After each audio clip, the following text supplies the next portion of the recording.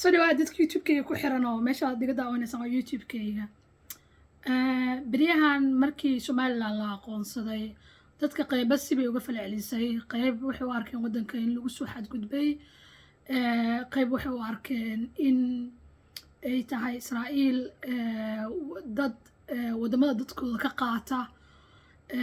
oo arrin qatar inay tahay dadka qayba waxbay u arkeen haddaba arrintaas baan rabaa inaan wax ka yiraahdo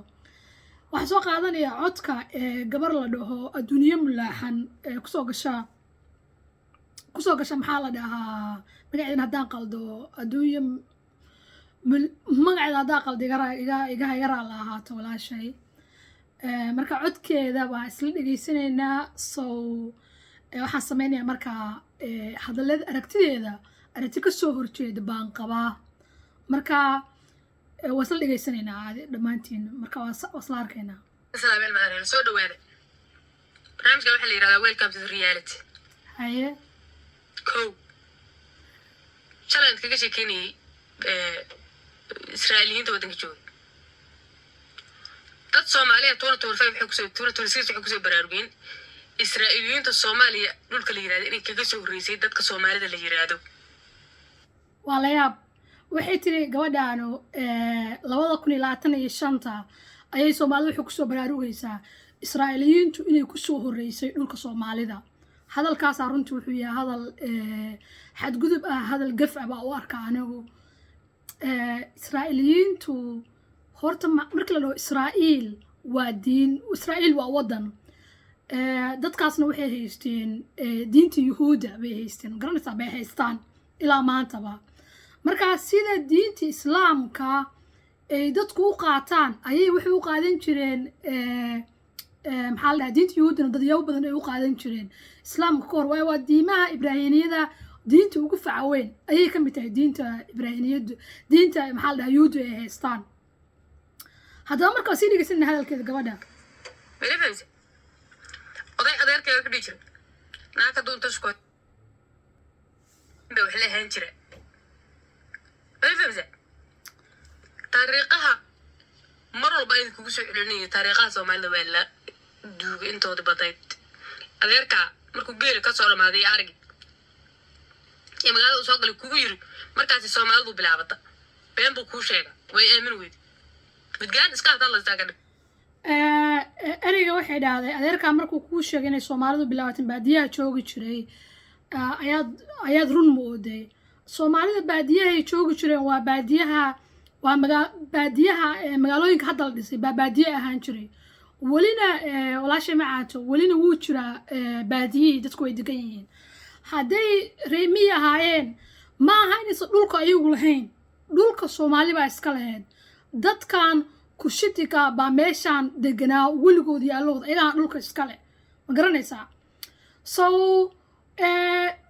maxaa dhacday reemiga markii laga soo guuray waddankii waa la magaaleeyey xadaarad baa la helay guryo daaraa baa la dhisto guryaha aqal Soomaaliga ahaa bedelay maxaa la dhahaa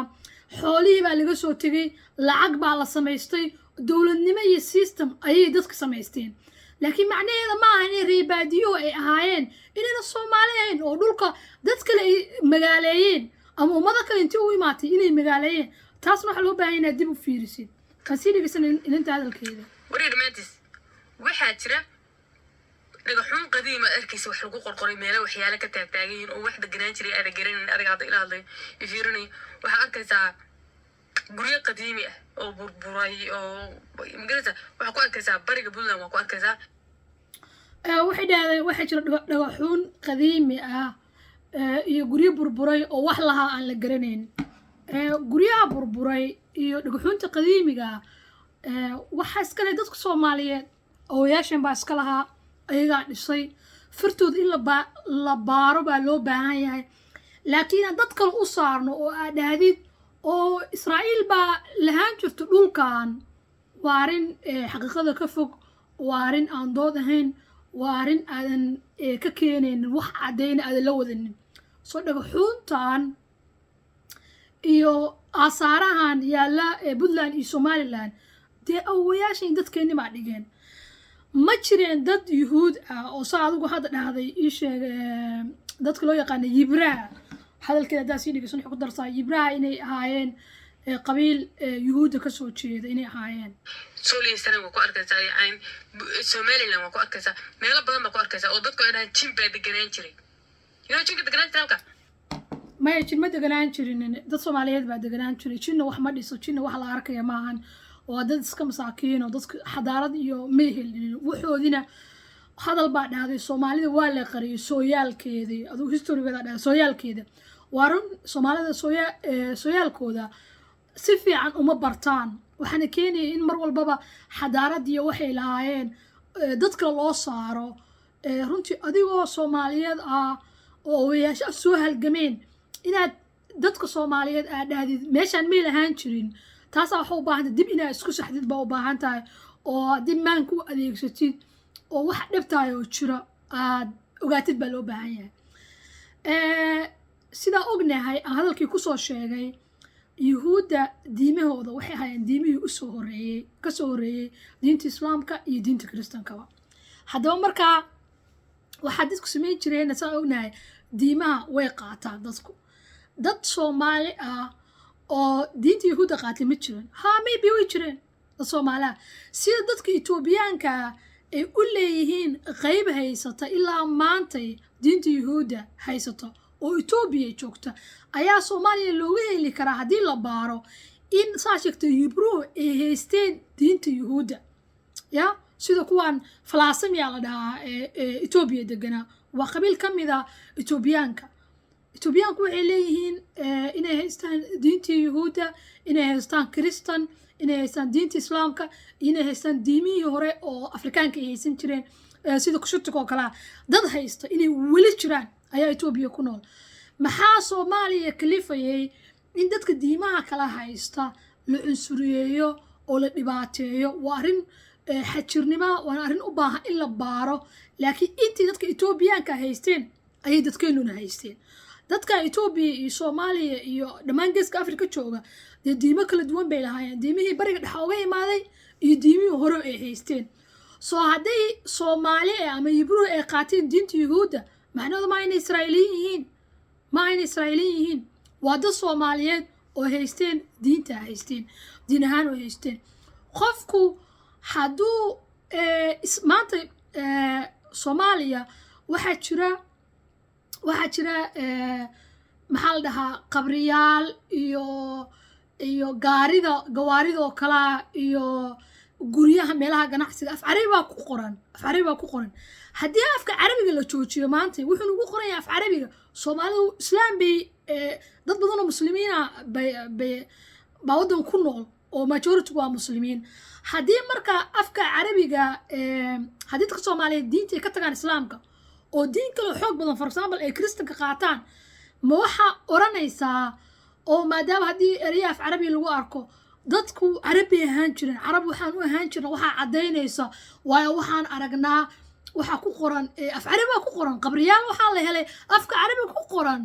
waxaa la helay guryo dumay oo afka carabiga ku qoran miyaa la oranaya may lama oranayo waxaa la baaraya inay diin ahaan usoo gaartay inay af ahaan usoo gaareen inay barteen cilmigan ama diintan islaamka oo afka carabiga u ah saldhigga garanaysaa soo maaha dadkeenu inay markaas ay soomaaliya inay carab ay leedahay soomaaliya waa dad soomaaliya lahaa somaliland iyo soomaaliyaba iyo dhammaan meel kastoo qof soomaaliya degan dad afrikaan ay ahaayeen dad kushutigay ahaayeen dad iyagu kala duwan bay ahaayeen haddii aad u aragtid dadka ibraha waxaa loo yeesay diin ahaan baa loo yeesay oo waxay haysteen diinta yuhuudda ay haysteen way dhici kartaa of course waa dhaqanka waxaan ka aragnaa dadka soomaaliyeed in dadka diimaha haysta kale oo gruubka islaamka u badan dadka u badan inay yasaan oo hoos ay u dhigaan waa dhaqanka diinta islaamka buu ku salaysan yahay yasmada iyo hoos u dhigiddu soo ma la dhihi karaa dadkaa hoos bay u dhigayeen oo waa la takoorayay oo waa la dhibaateynayay yibraha loo yaqaano of course waa la oran karaya ani aragtidayda yibraha anigu waan arka dad ka mid a waa dad madmadow waa dad kushutiga waa dad annaga noo eg waa dadaan isku dnl nahay waa dadkeennii soo goormay diinta yuhuudda qaateen ma garanayo example oo kale masar waxaa joogta masaari waxay haystaan diinta yuhuudda ay haystaan iiraanta hadda la duqaynayo dad yacni diinta yuhuudda haysta baa masar joogaan iyo dad kiristana iyo dad muslimiin ah waana masaari lama dhahayo dadkaa maadaama dad diinta yuhuudda haysta bay masaaridu masar joogto masar baa yuhuudda iskale waddanka qofna ma dhahayo waddanka masar baa iskale ama egypt si loo yaqaano example oo kale iiraan oo kalaa iiraan waxaa jira dad diinta yuhuudda haysta sidaan sheegaba etoobiya dad diinta yuhuudda haysta baa ku nool adduunkao dhan norway waxaa jooga anu aan joogo dad diinta yuhuudda haysta weli oo asalkooda oo diinta haystaan oo yoodar loo yaqaano macnaheeda markaba waxaa weeye waddankan dadkay ka mid yihiin waa dad norwejian diintaas ayna haystaan waddankeena xuquuq wada leeyihiin so ma aqaana maragtida meeshaa ka keenayso aa oranaysid haddii laga helo far yuhuud ee meeshaas ay beri ay deganaan jireen macnaha waxaa weeye yuhuud baa kusoo horeysay wax caddeyna ma dhehaysid waa hadal aad si fudud aa u oranaysid waa hadal aad kasoo fiirsan baa u arkaa walaashay macaanto waa hadal runtii aad mooroduugaysid xaqii ummad soomaaliyeed ama ummadda somalilan ay laheyd aad aasaysid oo aad ka dhigaysid oo dadaan dhulkaan lahayn ayagu dhulka markaa yay u hayeen ilaa ayagaa u dagaalamay ayagaa degan ayagaa ku nool ka abiyo ka awoyo ka dhaxal bay deganaayeen meeshaan geeska africa saa ognahay dunidoo dhanba waa dadkii dhalay dadka adduunkaa maraaya oo waxaa la ognahay adduunku inuu kasoo bilowdeen geeska africa marka yay u hayeen dadka soomaaliyed yay u hayeen hadallada oo mararka qaar adiga maxaa kugu noqonaya xadgudub oo inan soomaaliyeed oo gabar qurux badan oo aragti fiican leh xadgudub kugu noqonaya waxaa weeye inaad dhahdo waddankii dadkaagu deganaa dad kalebaa iska lahaa saasaa caddaynayso 2025 bay soomaali ogaanaysaa taasaa runta waxay keenaysaa arrin argagaxa oo adigana kugu ah waxaad leedahay baa leedahay qof kalaa leh moogtahay maalid waxaa jirtay gabar waddankan hadda uu ka qaadayay maxaa la dhahaa falastiin waddankan ku qaadayay madaxweynaha trump america uu dagaal ku qaadayay oo muxuu ahaa magaciisa waa hilmaamsanaya waddankii calaa kulli xaale waddankaas venezuela oo madaxweynada la soo qabanayay gabadha u halgamaysay dimuqraadiyad iyo waxaas oo maxaa norweyn baa waxay siisay biladii nabadda oo la siiyey ayadu intaa u halgamaysa oo ayadu u dagaalantay trump oo markasta dhahaya biladda nabadda waa in aniga lay siiya waa ninka xadgudubka loo keeto waddan dhan oo madax bannaan intuu ku sameeyey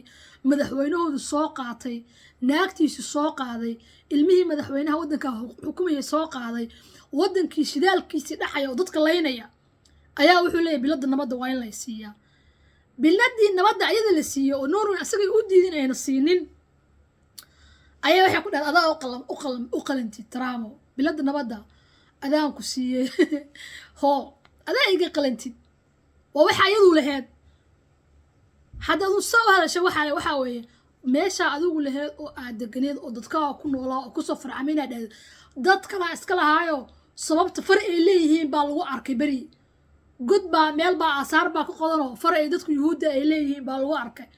marka ayagaa iskale maya lahaanshuu saa ma noqonayaan farta hadda meeshaan aan deganahay aduu meeshaad waddankaa degan tahay haddaa far soomaali ku qoratid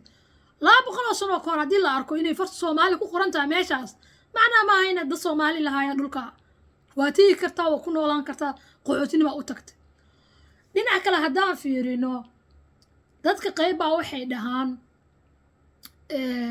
nimanka la yidhaha yibraha waa nimankii nabi maxamed uu laayay oo xilliga yuhuudda oo way ka baxsadeen intii ka hartay reer binu qurayra intii ka hartay maxaa la dhahaa oo firxadka ahaa ayaa geeska africa tegey oo meelahay tegayna waxaa ka mid ahaa etoobiya iyo waxaa ka mid ahaa soomaaliya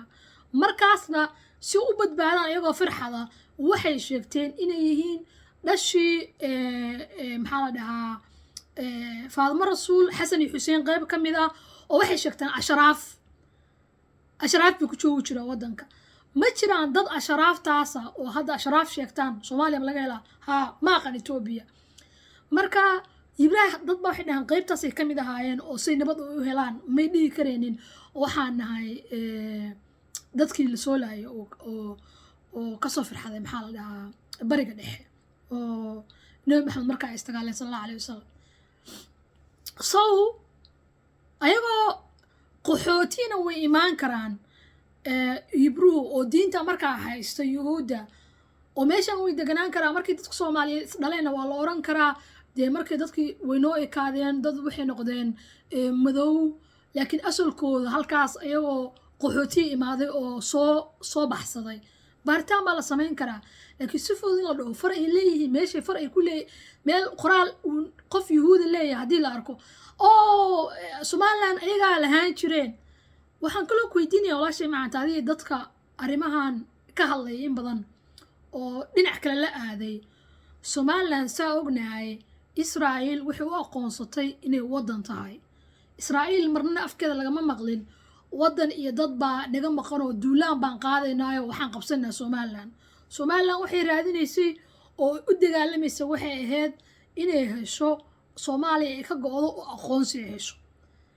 Israa'iilna waxay noqotay wadankii koobaad oo aqoonsada Somaliland oo dhaha Somaliland waa wadan Soomaaliya ka go'an baa u aqoonsada maanta laga bilaabo maanta aqoonsanayeen ra'iisul wasaaraha Israa'iil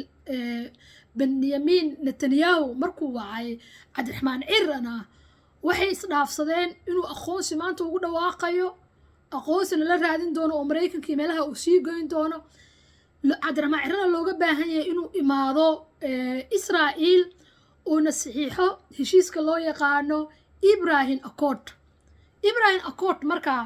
waa dood kale asaga wadamo islaana oo caraba may saxiixeen si Somaliland wadan islaam ay u tahay oo geeska Afrika ku yaala wadamo waxaa saxiixay muslimiina baa Ibrahim Accord uu yahay Ibrahim Accord ma diin baa oo diinta Ibraahimiyada miya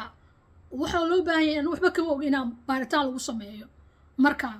oo Somaliland ma diin bay ka baxda maya أنا waxaan u fahmay inuu yahay intaan ka dhageeyay inuu yahay xeer ay yuhuuddu ay ama Israa'iiliyiintu ay rabaan nacaybka islaamka dhex yaala iyo maxaa la dhahaa iyo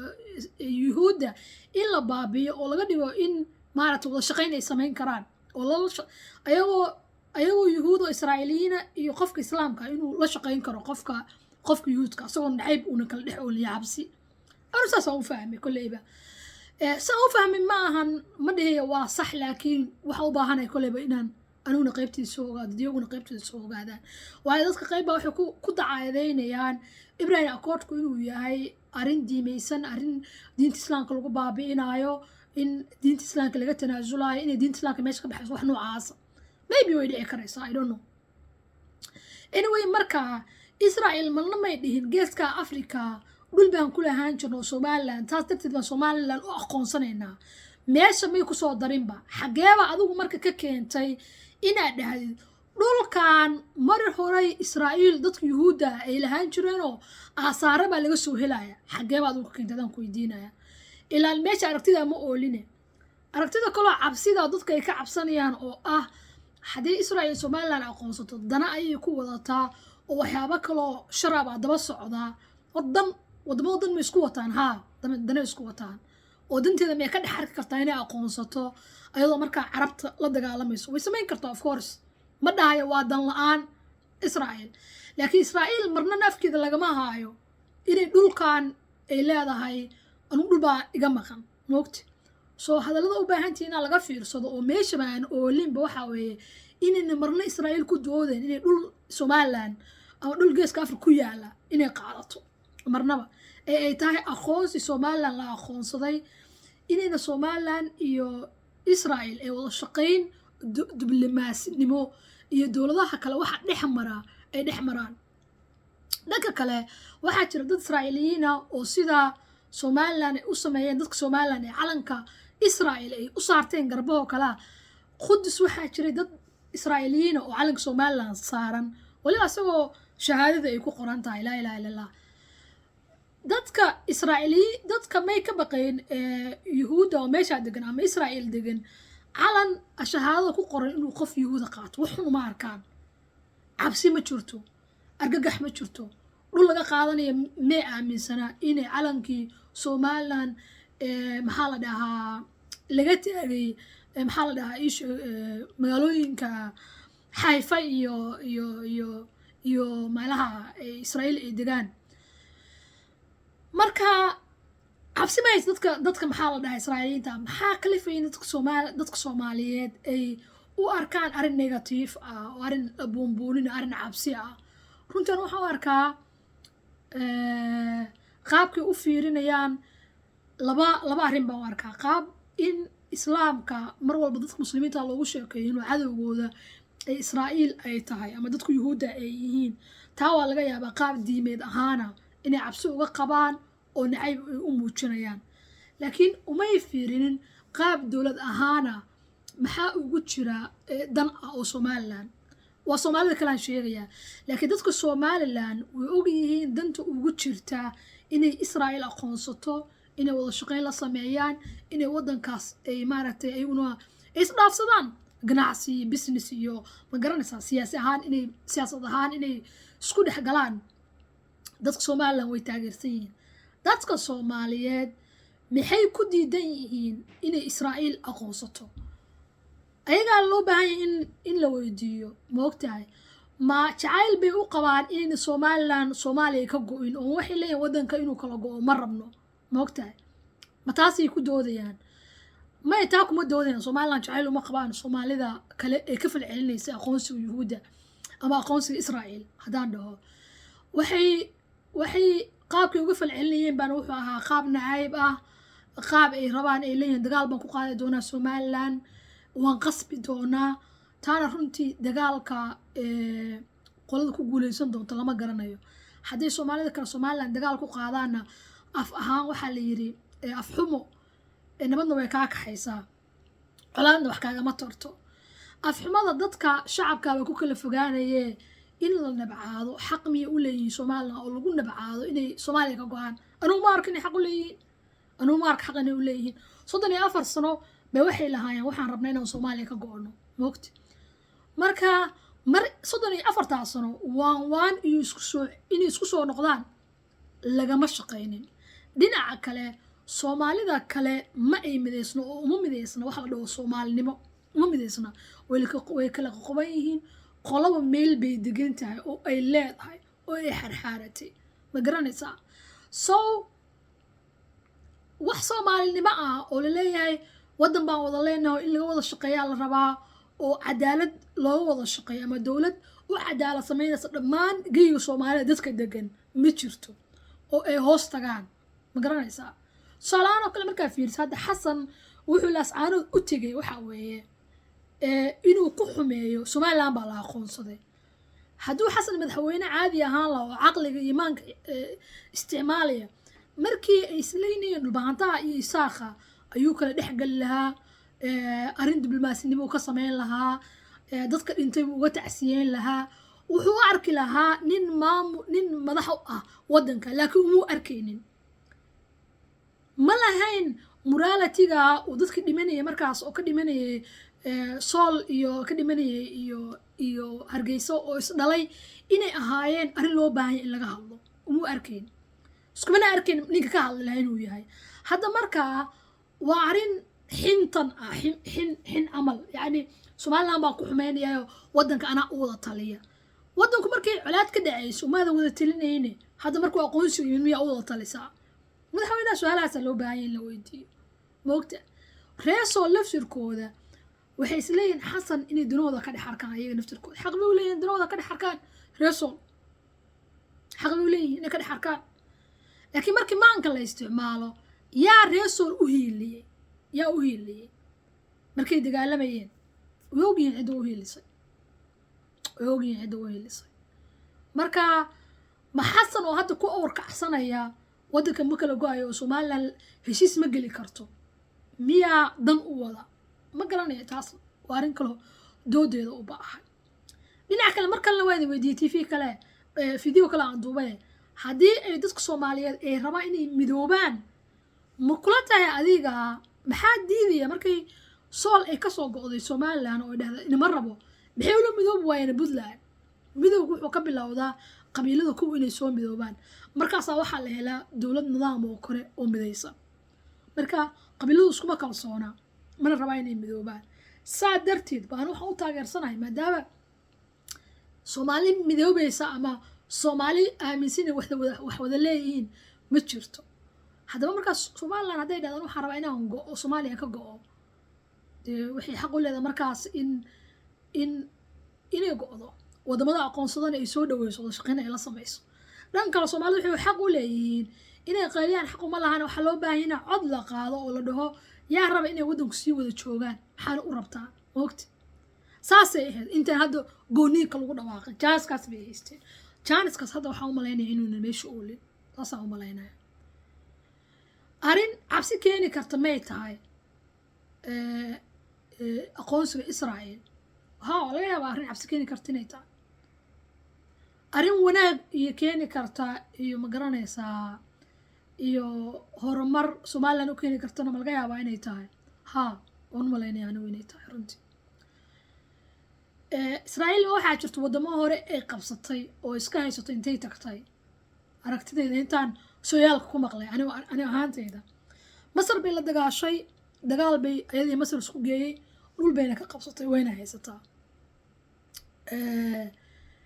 waxaan u malaynayaa sinai baa la dhahaa buuraha miya meesha la dhahaa waddanka la dhaho isheeg iiraan mahan meeshaan kaleo ayaa hore laga tuuraya madaxweynihiina syriana way isdagaaleen ayadana buuray ka haysataa waa dad dagaal ah soo dagaal laba waddan oo isdagaasho wax kala qabsaday weeye laakiin somaliland iyo israa'iil miyay isdagaaleen may waa arrin aqoonsi ah soomaaliya hore muu aqoonsatay israa'iil haa hore bay u aqoonsatay maxaa keenaya markaas lagama hadlaynin hore u aqoonsatay aqoonsigii 1960 markii xorriyadda ka qaadatay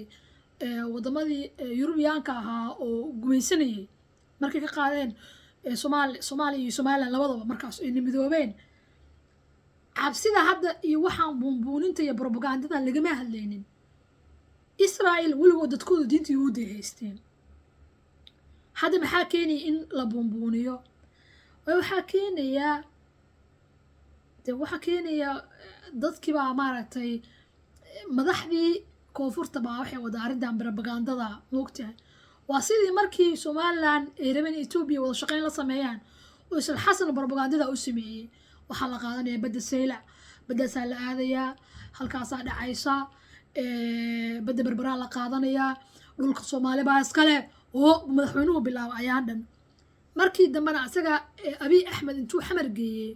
oo weliba badda xamar kusoo dhaweeyey ayaa dhalinyaro soomaaliyeed lagu dilay oo lagu xabadeeyey oo diidaya arrinta roog casna loo dhigay biyihii xaanida ahaa madaxweynahan shushuminayay ra-iisul wasaaraha etoobiya ogti madaxweynuhu markaa asagu wuxuu rabaa inuu shushumiyo dadka danaha kala dhexaysa laakiin somaliland uma arko inay la shaqeyso dadka danaha kala dhexaysa wuxuu arkaa arrin gaalnimo wuxuu arkaa fajac arrin aada u xun waxaan kusoo gabagabeynayaa xamar waxaa jooga turkigaa jooga saa ognahay turkigu wuxuu imaaday dowladdii shariif markay madaxweynaha ay ahayd xilligaasoo abaare ay ka jirtay waddanka turkiga waddanka xamar wuu degay kadib uu haystaa wuxuu ka dhistay safaarad aada u weyn oo badda geeskeeda ku taala wuxuu leeyahay istaallo bareefad dad ku daaweeyo daawadan uu ka gado qalliinkan uu ka gado hal asxaan uma fulo waa qofkii dhahayay meeshaan caawinaya wuxuu haystaa aeroboorka diyaaradda imaatana asagaa iskale oo waddankiisa yurbayd keentaa dadka ayna kala celisaa aeroboorkan asagaa maamulo lacagtiisa asagaa qaata xalana waxaa jooga ciidamo shisheeyaa ku nool dadka xamar joogaa maxaynan uga baqayn in maxaa la dhahaa iishog turkigu ay ka qaadato koonfurta ama xamar waay laakiin israa'iil oo aqoonsatay somaliland maxaa loo leeyay somaliland bay qaadanaysaa ilaa israa'iil somaliland ma joogtay way aqoonsatay saldhig ma rabtaa inay saldhig ka samaysato maybe waa laga yaabaa inay ka samaysato laakiin saldhig way ku leedahay xamar turkiga airboorki bay haysataa meel kastay haysataa maxaysan cabsi u jirin inay qaadanayso turkigu wadamada meelaha ay haysato iyo xiriirka la dhexeeya marka waxaan arkaa somaliland in laga gardaran yahay madaxweyne xasan asagu ciduu rabo oo dantiisa ka dhex arko uu raba inay xamar u joogto laakiin dadkan ma rabaan inay noolaadaan meesha waxaa la isku diidan yahay waxaa arkaa nolosha in la isku diidan yahay oo dadkan wada shaqeyn dadka raba inay la sameeyaan inay baasboor helaan inay ma garanaysa adduunka dhex galaan ayuu madaxweynaha uu diidan yahay islaaso marka madaxweynaha hadduu waddanka madaxweyne u yahay waxaa ku tusi lahaa dadkan uu arkay heshiisyada uu la geliyo kuwaasna wuxuu ogolaan lahaa inay la galaan muugta laakiin asagu inuu markii Itoobiya la gashana uu Itoobiya qayliyo dhaleeceeyo turkidu ay ugu geyso Turkiya xamarna uu dhaho waxaa rabta anaa ku siinaya anuu waan bixin karaa waddanka aniga Itoobiya ku siinaya laakiin Soomaaliland kuma siin karto Soomaaliland meeshii degan tahay ayaga iskale xasana meesha uu taliyo leeyahay dadkiisa xagaas ku dhashay dadkan ayaga dadkooda cidii soo dhaweysanaya ayaga garanaya runtii so waxa baan in aqli ka shaqeyno waxa baan inaa siyaasadda si ku socoto aan fiirino aan dhahno inay cadaalad tahay aan dhinacyo ka fiirino moogta ya saasa loo baahan yahay wasalaam ya walaashii aan hadalkeeda qaybta ka soo qaatay dhamaantiin waa mahadsantihiin video yar uu dheeraaday aad baan maalin fiican baa idin rajeynayaa aad baa mahadsantihiin